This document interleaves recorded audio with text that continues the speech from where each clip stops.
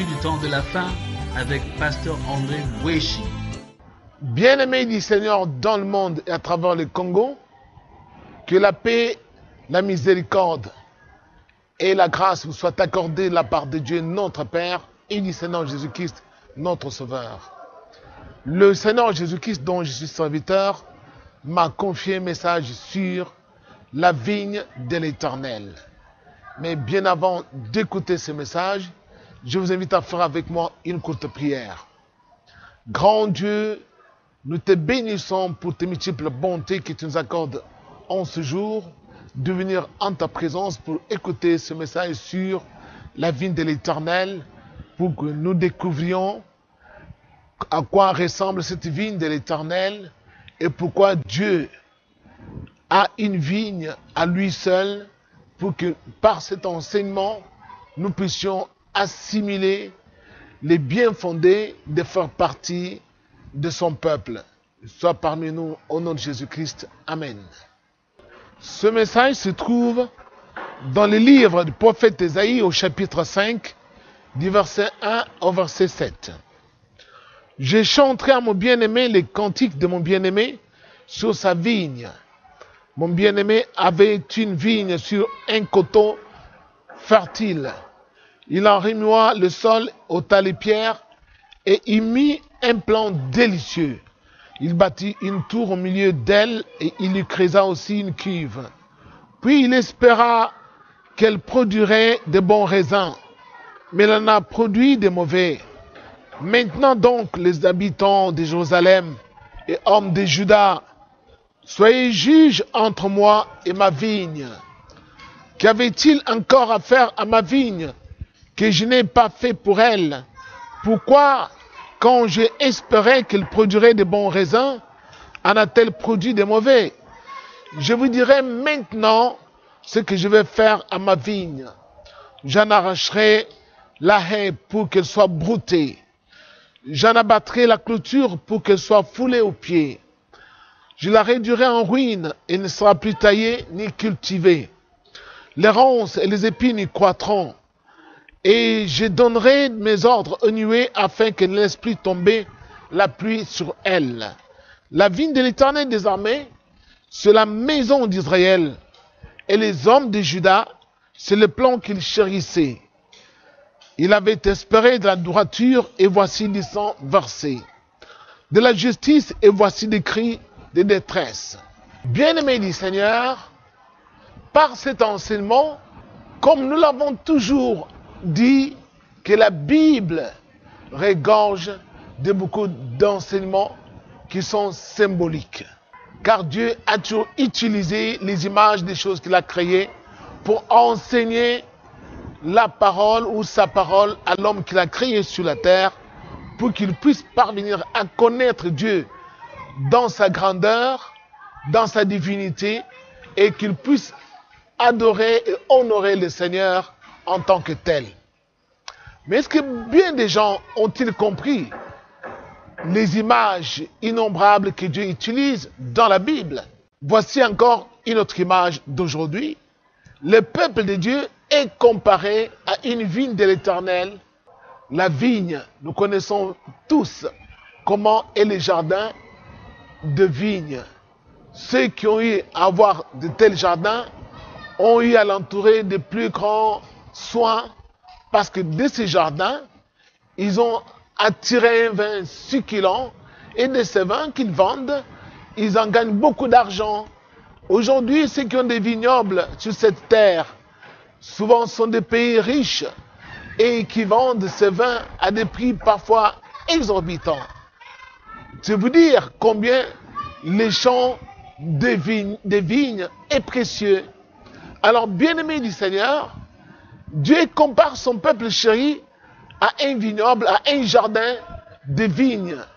Et c'est alors qu'il dit que le peuple qu'il a aimé, qui est comparable à ce jardin de vignes, qui avait entouré de plus grands soins, au lieu de produire de bons fruits, et cette vigne a produit de mauvais fruits.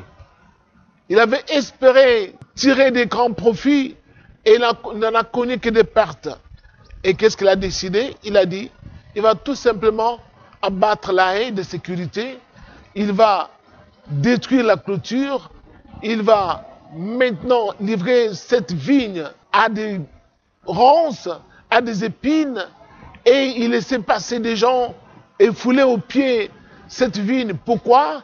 Tout simplement parce que ces jardins l'avaient déçu.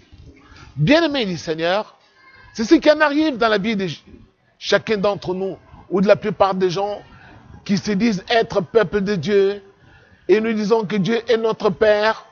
Pendant que nous vivons sur la terre, Dieu nous accorde des laps de temps pour que nous puissions porter de bons fruits, pour que nous puissions faire sa volonté, pour que nous puissions exceller en amour du prochain, pour que la gloire de Dieu puisse rayonner sur notre visage et que la justice de Dieu soit connue par les hommes au travers de nous. Mais bien souvent, qu'est-ce que nous faisons? Nous prenons le temps que Dieu nous a accordé pour faire des futilités ou pour faire des actions qui n'honorent pas Dieu, des actions qui déshonorent le nom de Dieu et qui font outrager le nom de Dieu. Et à partir de cela, nous ne sommes pas en mesure de produire de bons fruits. Les bons fruits que Dieu attend de nous, qui sont-ils? Ce sont les fruits du Saint-Esprit, qui sont l'amour, qui sont la joie, qui sont la justice, la bonté, la miséricorde, qui sont l'humilité, qui sont aussi la générosité, l'hospitalité. Mais qu'est-ce que nous faisons? Au lieu de produire ce fruit que Dieu attend ardemment de nous, nous portons de mauvais fruits.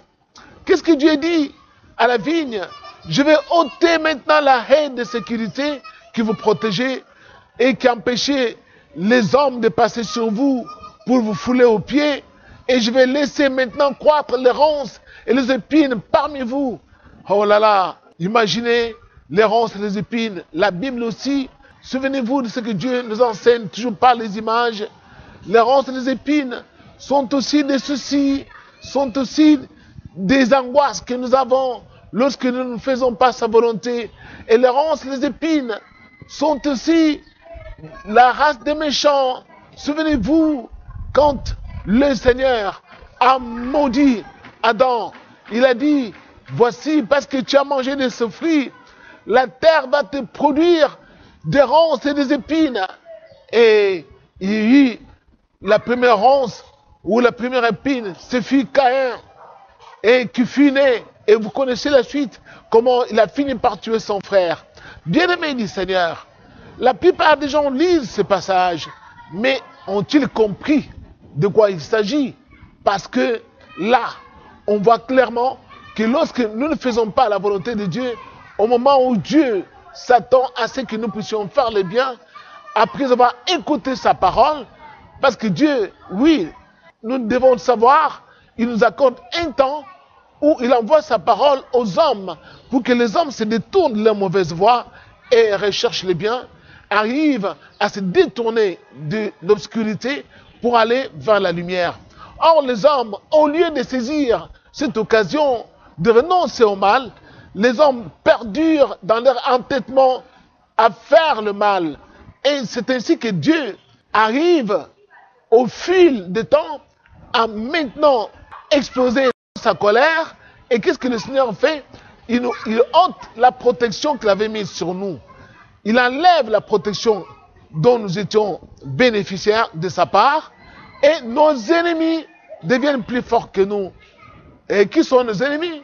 Bien entendu, c'est le diable avec toute son armée composée de sorciers et de magiciens et de féticheurs qui sont là pour nous nuire. Son armée est composée de démons, des sirènes des eaux, tous ces démons de l'enfer qui sont dans l'obscurité, dans le monde céleste, pour nous nuire, nous faire du mal. Ils vont devenir plus forts que nous. Pourquoi? Parce que maintenant, nous n'avons plus la protection de Dieu. C'est ce que rêvent la plupart des gens dans leurs songes. Ils dorment, par exemple, ils voient leur maison est envahie par des soldats inconnus et qui les traumatisent dans le sommeil et ils commencent à fuir devant leurs ennemis. Ils sont sans force et ils rêvent ces choses. Parfois, les soldats qui les pourchassent, qui tirent sur eux. Et oui, il tire sur vous et les balles vous atteignent dans votre sommeil. Et si vous ne tirez pas attention, vous allez vous réveiller le matin. Du côté où vous avez encaissé les balles, va se développer une maladie et qui se révélera incurable dans la suite du temps. Pourquoi? Parce que vous êtes sans protection de Dieu. Dieu a ôté la protection dont il vous entourait parce que il avait espéré de bons fruits, les fruits du Saint-Esprit, mais tandis que vous n'avez produit que des mauvais fruits, qui sont des fruits charnels et qui n'honorent pas Dieu. C'est à cela que Dieu arrive toujours à faire. Même dans la chair, lorsque le Seigneur est arrivé, le Seigneur Jésus-Christ, il a enseigné à ses disciples que tout arbre qui ne produit pas de bons fruits sera coupé et jeté au feu. Oui, on connaît l'arbre par ses fruits. Ou dites que l'arbre est bon et son fruit est bon, ou dites que l'arbre est mauvais et son fruit est aussi mauvais. Or nous disons que nous sommes des enfants de Dieu, mais voyez-vous, nous portons de mauvais fruits. Nous sommes sans amour, sans miséricorde. Nous n'aimons pas la justice de Dieu. Nous pratiquons les mensonges. Nous détournons les biens d'autrui. Nous disons de la fraude et du mensonge pour nous enrichir au détriment des autres. Et c'est alors que Dieu, dans sa colère, il arrive maintenant à allumer sa furie sur nous et nous laisse maintenant entre les mains de nos ennemis qui sont susceptibles de nous injecter des maladies. Et on se réveille le matin, on s'aperçoit qu'on a contracté une maladie et qui s'avère difficile à être guéri. Pourquoi? Tout simplement parce que Dieu avait espéré de l'amour. À la place de l'amour, nous avons choisi la haine. Dieu avait espéré le pardon. À la place du pardon, nous avons choisi la vengeance. Dieu avait espéré la justice. Et à la place de la justice, nous avons brillé par l'injustice. C'est à partir de cela que le Seigneur a allumé sa colère sur nous et nous a laissé entre les mains de nos ennemis à la manière de la vigne dont il est question. Souvenez-vous des Juifs. Quand Jésus est arrivé, alors qu'il était venu annoncer l'évangile de paix, ils l'ont arrêté, ils l'ont tué. Mais bien avant qu'il soit arrêté, Jésus leur dira que toi Jérusalem, qui tue les prophètes et qui décapite ceux qui te sont envoyés, sache que ta maison sera laissée déserte. Eh oui, vous devez savoir que les Juifs qui avaient tué Jean le Baptiste, qui avaient tué Jésus-Christ, Jésus pour le punir, alors qu'il était monté au ciel, en l'an 80 après Jésus-Christ, un empereur romain, nom dit Titus, était descendu en Israël, à Jérusalem, avait détruit les temples, avait déporté le peuple en exil et avait mis fin au culte de Moïse en Israël parce que les temples avaient été renversés et beaucoup de Juifs devaient leur salut dans la fuite, dans la désolation, dans des montagnes. Et tout était brûlé, incendié. Pourquoi? Parce que Dieu l'avait voulu ainsi pour punir ce peuple qui avait rejeté son évangile. De nos jours, nos ennemis ne sont pas les hommes faits de sang et de la chair, mais plutôt les esprits méchants dans les lieux célestes, les sorciers qui sont là pour nous nuire, qui sont là pour bloquer nos actions, qui s'opposent à tout ce que nous entreprenons et nous envoient la dèche dans notre maison, nous envoient des maladies et sont à mesure même de nous injecter la stérilité et bloquer même nos mariages par les célibats. Pourquoi les font-ils? Tout simplement parce que nous sommes sans protection. Et pourquoi nous sommes sans protection? Parce que quand Dieu avait espéré de la bonté, ce que nous faisons, c'est mal. Quand Dieu avait espéré de la patience, oublié par l'impatience. Merci beaucoup, que le Seigneur vous bénisse et à la fois prochaine.